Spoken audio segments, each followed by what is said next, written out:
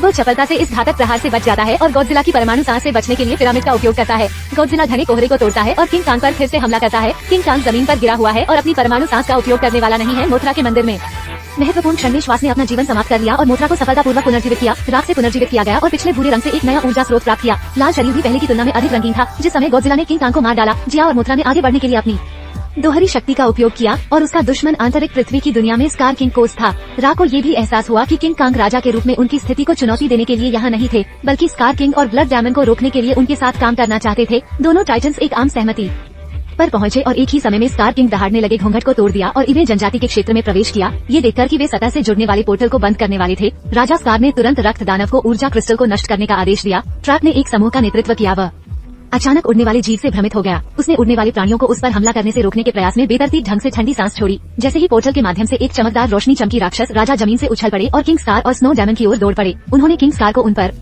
सवार होते देखा। किंग कांग ने गॉडजिला पर चढ़ाई की और उस अपराधी के खिलाफ कड़ा संघर्ष किया जिसने उसके परिवार को नष्ट कर दिया। एक झटके से ऊर्जा क्रिस्टल के विखंडन के कारण पूरी गुफा का गुरुत्वाकर्षण विफल हो गया और 4 टाइटन जानवर हवा में तैरने लगे और यांत्रिक हथियारों के आशीर्वाद से किंग कांग और स्कार किंग ने भी आंशिक रूप से लड़ाई शुरू कर दी। हाथापाई में शामिल हो गया और सिल्क स्क्रीन ने अन्य प्रोटो टाइटन्स को पीछे धकेल दिया। लिटिल कोंग भी अपने बड़े भाई के लिए लड़ाई में शामिल हो गया और उसने एक पत्थर उठाया और उसे प्रोटो टाइटन्स पर फेंक दिया जो स्नो दानव पर थूकने की कोशिश कर रहे थे। ठंड से बाहर निकला और गॉडजिला तुरंत जम गया। गॉडजिला ने मौके का फायदा उठाया और बैल पर हमला कर दिया। जैसे ही किंग कांग ने अपनी कुल्हाड़ी उठाई, गुफा में गुरुत्वाकर्षण सामान्य हो गया। ट्रैप प्रोटोटाइप जमीन पर उतरा। मोथरा की मदद से ये किंग कांग के गिरने के खतरे से बच गया और स्कार किंग पोर्टल में गिर गया और ब्राजील के तट पर दिखाई दिया, जिससे पूरा समुद्री जल तुरंत हिमयुग में गिर गया। सतह पर स्कार किंग ने छोटे मनुष्यों को देखा और उत्साहित हो गया। उसने पाया कि उसकी छाया सूरज के नीचे विशेष रूप से कमजोर लग रही थी। उसने तुरंत स्नो डायमंड को ठंड उगलने और सूरज को फ्रीज करने का आदेश दिया। चेहरे पर स्कार किंग जिला ने स्नो डायमंड पर हमला करने के लिए अपनी परमाणु सांस का भी इस्तेमाल किया। जब उसने देखा कि किंग कांग ने उसके दांत तोड़ दिए हैं, तो किंग स्कार क्रोधित हो गया और उसने स्नो डायमंड को किंग कांग और गॉडजिला को मारने का आदेश दिया। गॉडजिला की मदद से किंग कांग का आत्मविश्वास दोगुना हो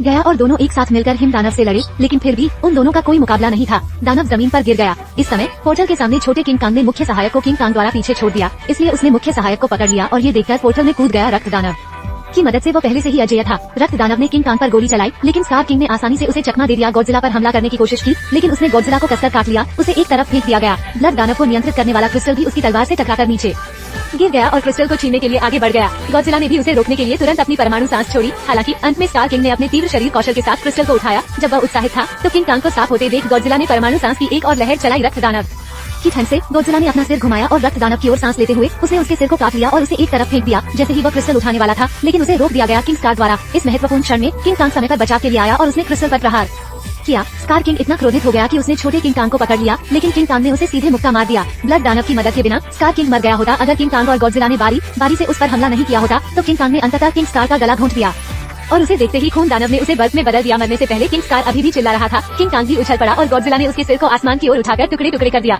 जमी हुई पृथ्वी की जलवायु को बेअसर करने के बाद जिया ने डॉक्टर आयरिन को बताया गया कि उसका घर वही है। गॉडजिला कोलोसियम में लौट आया और सोता रहा, जबकि किंग कांग नया साम्राज्य बनाने के लिए ब्लड डायमंड और लिटिल किंग कांग के साथ आंतरिक पृथ्वी की दुनिया में लौट आया, उनके मूल लोगों से संबंधित।